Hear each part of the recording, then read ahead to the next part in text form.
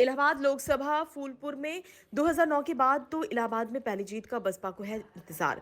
लोकसभा चुनाव का चौरस बिछने के साथ सियासी दल अपनी अपनी चाल चलने लगे हैं। पहली लड़ाई प्रत्याशी के चयन और उसके बाद बगावत तथा नाराजगी को दूर करने की है।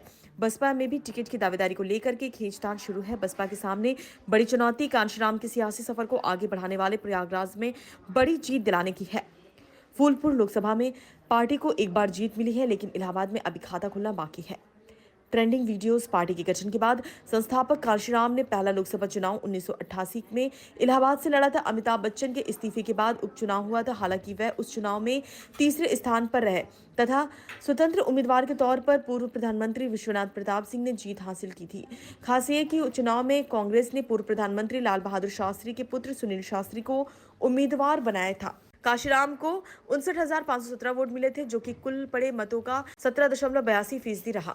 इसके बाद यह सीट पर बसपा ने उस समय के कद्दावर नेता जंग बहादुर पटेल, राम सेवक सिंह, वर्तमान में भाजपा के एमएलसी तथा पूर्व महापौर डॉक्टर केपी श्रीवास्तव, रामदुलार सिंह पटेल, आरके सिंह पटेल, अशोक वाजपेयी, वर्तमान में भाजपा से फूलपुर की सांसद केशरी देवी पटेल को उम्मीदवार बनाया, लेकिन जीत नहीं मिली। मात्र 2009 के चुनाव में पार्टी दूसरे स्थान पर रही। पार्टी उम्मीदवार अशोक वाजपेयी को 1,74,511 वोट मिले थे और सपा के रेवती रमणर सिंह ने 34,920 मतों से पीछे रह गए। पिछले चुनाव में पार्टी ने सपा उम्मीदवार का समर्थन किया। 2009 में बसपा का कपिल मुनि ने खोला था खाता।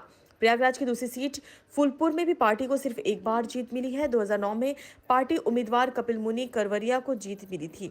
कांशीराम ने फूलपुर से भी 2066 में लोकसभा का चुनाव लड़ा था, हालांकि उसमें भी जीत नहीं मिली थी। कांशीराम 1,86,823 वोट पाकर भी सपा के जंग बहादुर पटेल से मात्र 16,021 मतों के अंतर से हार गए। खास है कि जंग बहादुर बसपा से ही सपा में गए थे और कांशीराम के काफी करीबी रहे। इलाहाबाद सीट पर बसपा से जंग बहादुर पटेल, बेनी माधव बिन, राम सेवक सिंह, राम पूजन पटेल, तुलसीराम यादव, केसरी देवी चुनाव लड़े, लेकिन जीत नहीं मिली। 2004 के चुनाव में बसपा उम्मीदवार रही केसरी देवी पटेल तथा 1991 में बेनी माधव बिंद दूसरे स्थान पर रहे। शुरू से पार्टी के साथ जुड़े तथा कांशीराम के साथ काम कर चुके मंडल मुख्य कोऑर्डिनेटर बाबूलाल भंवरा का कहना है कि कई राज्यों के भ्रमण के बाद कांशीराम उत्तर प्रदेश में आए तो सबसे ज्यादा वक्त प्रयागराज में बिताया, फिर यहीं से चुनाव लड़े। हालांकि उन्हें जीत तो नहीं मिली, लेकिन पार्टी का मजबूत जनाधार तैयार हुआ।